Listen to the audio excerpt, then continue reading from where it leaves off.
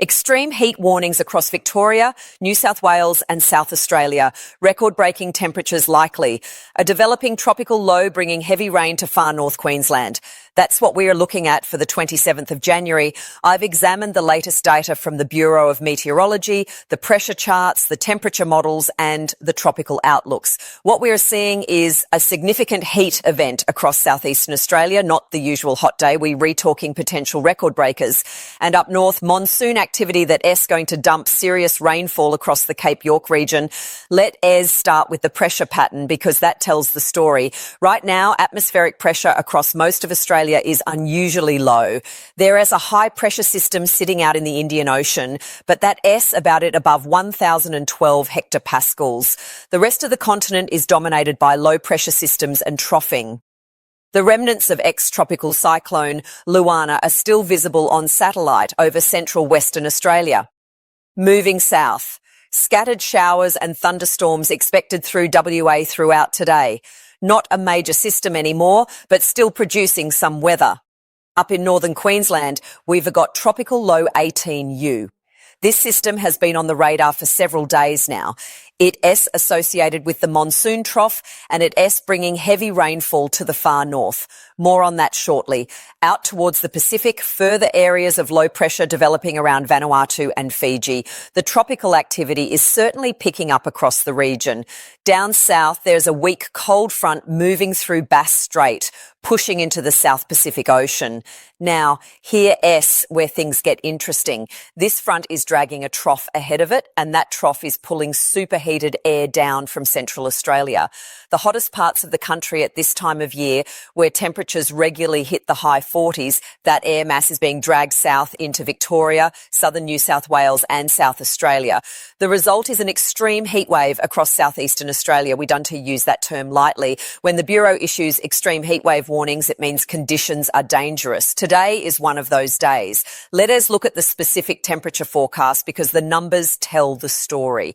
Mildura in northwestern Victoria is forecast to reach 49 degrees Celsius. Keep in mind, Victoria's all-time record is 48.8 degrees, set during the Black Saturday fires in 2009. Many of you remember that day. The forecast model is actually predicting temperatures above the previous record. We rarely see official forecasts exceed standing records, but that S, what we're re-looking at today for Mildura, Melbourne S January record is 45.2 degrees. That record is likely to fall today. The convective forecast models are suggesting a top of 47 degrees in Melbourne. Personal weather stations in the northwestern suburbs could see 47 to 48 degrees. With the urban heat island effect, some areas in the inner north and northwest could feel even hotter. If you in Melbourne and you're done to have air conditioning or you are concerned about your air conditioner reliability in these conditions, find somewhere else to spend today. A library, a shopping centre, a mate place with decent cooling. It's going to be a stinker. You need to make sure you somewhere cool. The difference between a 40-degree day and a 45-degree day is massive. It doesn't sound like much, just 5 degrees. But trust me, it's the difference between standing near a warm oven and sticking your face into an industrial blast furnace. These temperatures are dangerous. Stay inside, stay hydrated, and avoid all strenuous physical activity. Right across Victoria, basically the entire state is under extreme heatwave warnings. Large parts of southern New South Wales and the lower southeast of South Australia are in the same boat. These are 99th percentile temperatures. To put that in context, heatwave warnings typically start being issued around the 96th or 97th percentile. 99th percentile is record-breaking territory. Tomorrow, Wednesday, the heat backs off slightly for Victoria as a southerly change moves through. Melbourne looking at a top in the high 20s to early 30s. Still warm, but nothing like today. The heat will build again through Thursday, this time focusing on South Australia. Thursday will likely be the hottest day of the week for areas around Lake Eyre and through central South Australia. 48 to 49 degrees in several locations, maybe even approaching 50 degrees around Lake Torrens, Marie and Tarcoola. These are seriously hot conditions. Friday sees temperatures continue to climb. Another 50-degree day possible around the Tarcoola area. Ceduna hit 49.5 yesterday. Areas just north of Ceduna could go even warmer on Friday because the sea breeze will come in earlier. We could be looking at temperatures pushing into the 50-degree realm across the Eyre Peninsula. The heat gradually shifts north and back towards more traditional hotspots through Saturday and Sunday. By Sunday, New South Wales and Queensland will see the warmth, while South Australia, Victoria and southern New South Wales get some relief as high pressure builds in the Great Australian Bight, pushing southerlies up through the southeastern states. But make no mistake, this is an extended heat event. Extremely hot weather is expected right through to the weekend. The percentile temperatures remain in the high 90s throughout the remainder of the week across New South Wales, Victoria and South Australia, with pockets of Queensland affected as well. For those in southeast Queensland, conditions have been hot and humid. Brisbane has been copping it 38 degrees with high humidity, making it feel even worse. There's an outside chance of a few thunderstorms developing north of Brisbane later this afternoon, but the city itself and the Gold Coast shouldn't see much storm activity today. However, areas north of Brisbane towards the Sunshine Coast, Gympie and into the Wide Bay region could see thunderstorms pop up. These want to be widespread, but where they do form, they could produce heavy rain in short bursts, strong winds and impressive lightning. Areas like Blackbutt and Laidley have been seeing storms over the past couple of days. Great lightning shows with strong winds but not much rain. That pattern might continue. Now let S shift focus to far north Queensland. This is where the other significant weather story is unfolding. Tropical low 18U is bringing heavy rainfall to the Cape York Peninsula and the far northern coastal areas. Over the past few days, rainfall totals have been significant. Some areas have received 200 to 300 millimetres. The Bruce Highway is now closed just outside of Ingham due to flooding. If you're travelling in that region, check road conditions before you head out. The Dalrymple Creek at Carbine is significantly elevated. This area floods regularly during the wet season, so it's not unusual, but there's a lot of water coming through. The creek is currently 2.5 to 3 metres above minor flood level. Minor flooding through parts of the Herbert River system is ongoing. I don't want to make this sound like a massive disaster. This is stock standard business as usual for the Cape York and far north Queensland during the wet season. But it does mean road closures, flooding impacts and disruption to travel. The rainfall will ease off throughout today, but another 100 to 300 millimetres is possible tonight through the Cassowary coast from showers and thunderstorms. A monsoonal low pressure system is building near the Daintree rainforest. This will funnel moderate to heavy rain onshore through the Cassowary coast. I expect significant rainfall accumulations to build up south of the Yarrabah Peninsula and Cairns through Innisfail, Tully, Mission Beach down to Cardwell, Ingham and Halifax. These falls will likely develop late tonight into early tomorrow morning before rainfall clears off later tomorrow afternoon.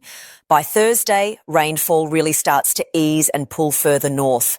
Maybe a couple of showers through Thursday and Friday for the Cassowary coast and the Daintree, but nothing too significant. The tropical low 18U is expected to move west into the Northern Territory over the coming days. As it does, an enhanced monsoonal flow will build through the top end from Friday onwards, persisting right through the weekend and into early next week. Darwin and the top end are looking at several days of steady showers and rainfall from Friday through to Tuesday or Wednesday next week. This is monsoonal rain, so it is difficult to predict exactly how much and how heavy it will be. I expect this to be more shower-based rather than continuous rain.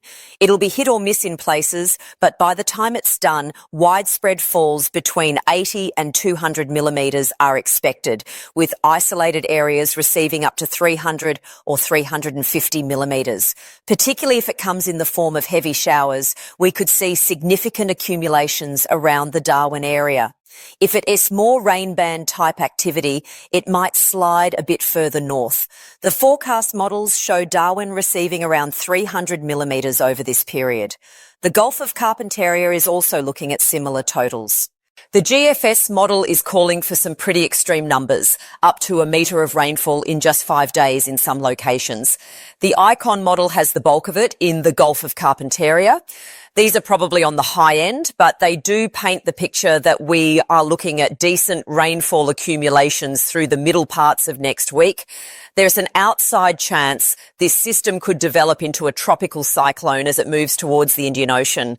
We could be looking at a long-range tropical cyclone signal, but it's too early to put much weight on that at this stage, which brings me to the broader tropical cyclone outlook. We've got some long-range signals, particularly into the first week of February, that need monitoring. There's been some model interest in the Coral Sea, but that S looking less likely now. The system appears to be getting absorbed by the jet stream before it can develop. However, something might develop in the northern parts of the Coral Sea or closer to the far North Queensland coastline. This is a very new signal, very fresh, so we were not going to take much notice of it for the next couple of days. But it's an interesting feature worth keeping tabs on. One thing is fairly certain. The Coral Sea is likely to see tropical cyclone activity, especially through the second week of February, but possibly through the first week as well. Forecast models are starting to show some consistency around a system that may affect the North Queensland coastline. But at this stage, there isn't too much weight we can give it. It's still a long-range signal, a trend we're re-watching, not a hard forecast. Conditions are certainly favourable out in the Coral Sea. Sea surface temperatures are 29 to 30 degrees, pushing even higher as you get closer to the Solomon Sea and Vanuatu. In the Gulf of Carpentaria, we're re-looking at 31 to 32 degrees. That S bathwater. Too warm to swim in comfortably. These very warm sea temperatures make tropical cyclones more prone to producing heavy rainfall, which is concerning. If a large tropical cyclone does affect the Queensland coastline, it could bring a boatload of rain, and flooding becomes a real problem. But again, these are long-range signals, not ironclad at this point. We'll keep close tabs on the situation throughout the week. Let me circle back to the heat across southeastern Australia, because this is the immediate concern. Many of you lived through Black Saturday. You remember what extreme heat can do, especially combined with dry conditions and strong winds. Today, S-heat is in that same category. If you in a bushfire-prone area, check the fire danger rating. Total fire bans are likely across much of Victoria, southern New South Wales and parts of South Australia. Catastrophic fire danger is possible in some districts. If you are in a high-risk area, leaving early is the safest option. Do not attempt to stay and defend in catastrophic conditions. For those in the CFA or RFS, conditions are going to be challenging. Fingers crossed we get through today without major incidents, but be prepared for a long day.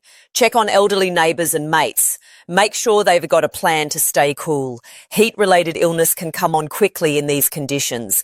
Keep hydrated. Limit outdoor activity during peak heat. Look after your pets and livestock. Make sure animals have access to shade and plenty of water.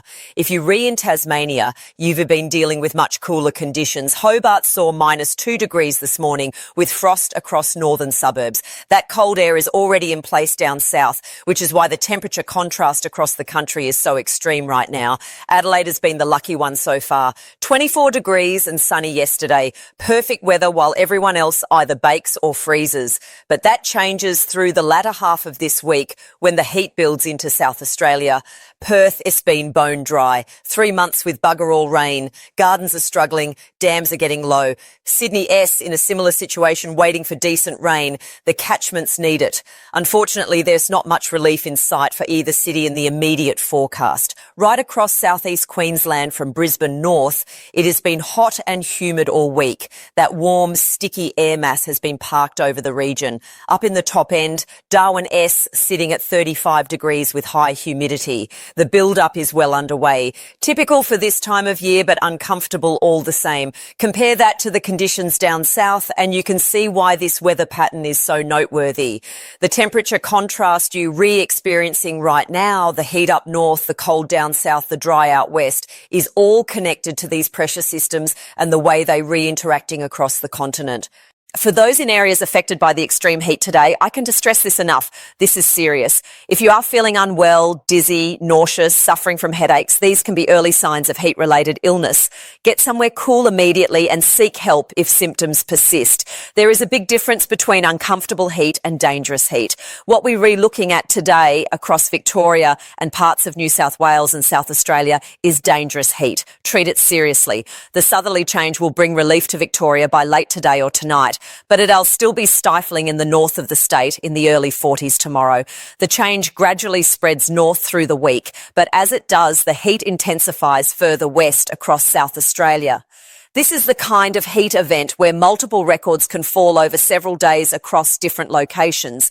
It is not a one-day event. It is an extended period of extreme conditions. Plan accordingly.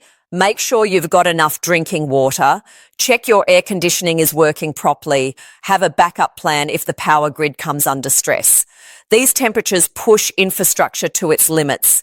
By the weekend, the pattern shifts to something more normal with high pressure in the Great Australian Bight, pushing southerlies up into the southeastern states. Temperatures will moderate, but it is still going to be warm, just not extreme. For the Northern Territory, once that monsoonal rain kicks in from Friday, it's going to be wet for quite a while. If you've got travel plans through the top end or into the Gulf country, keep an eye on road conditions. Flooding is likely in the usual spots. Far North Queensland will see the heaviest rain tonight into tomorrow, then conditions ease. But as we head into early February, keep watching those tropical outlooks. The Coral Sea is active. Sea surface temperatures are very warm. All the ingredients are there for tropical cyclone development. We'll continue monitoring the long-range signals. If something does start to develop, you'll get plenty of notice. But for now, it's just something to be aware of, not something to worry about immediately. The key message today is simple. If you RE in southeastern Australia, particularly Victoria, take the extreme heat seriously. Stay inside, stay cool, stay hydrated. Check on vulnerable people. Be prepared for power disruptions. Don't underestimate 47 or 48 degree temperatures. If you are in far north Queensland, be aware of the flooding situation. Roads are closed. More heavy rain is coming tonight. Don't drive through floodwater. If it's flooded, forget it. For the top end, wet weather is on the way from Friday. It'll be typical wet season conditions, but persistent. Good for the dams and water supplies, but challenging for travel and outdoor activities. This heat event across the south, combined with the monsoon activity up north, really highlights the extremes we see across Australia at this time of year. From potential 50-degree temperatures in South Australia to heavy monsoonal rain in the tropics, all happening simultaneously across the continent. I'll have another update this afternoon with any changes to the forecast and further details on the tropical outlook. Make sure you stay informed, particularly if you're in an affected area.